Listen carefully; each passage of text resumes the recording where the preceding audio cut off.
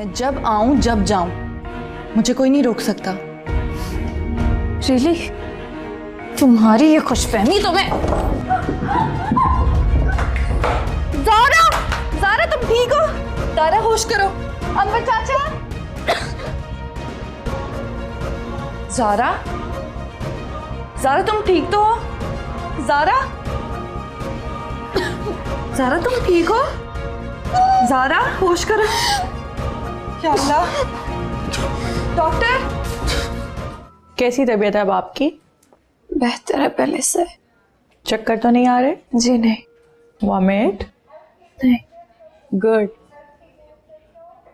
Pain killer इन्हें दे दिया है, सीटी स्कैन और दूसरे टेस्ट रिपोर्ट्स भी ठीक आए हैं। कुछ देर हम इन्हें अंडर ऑब्जर्वेशन रखेंगे, उसके बाद आप घर ले जा सकती हैं। बहुत शुक्रिया डॉक्टर साहिबा। कोई बात नहीं, ये तो हमारा फर्ज है। सारा, शुक्र है अल्लाह का कि तुम ठीक हो। मैं तो घबरा ही गई थी कि पता नहीं क्या हो गया।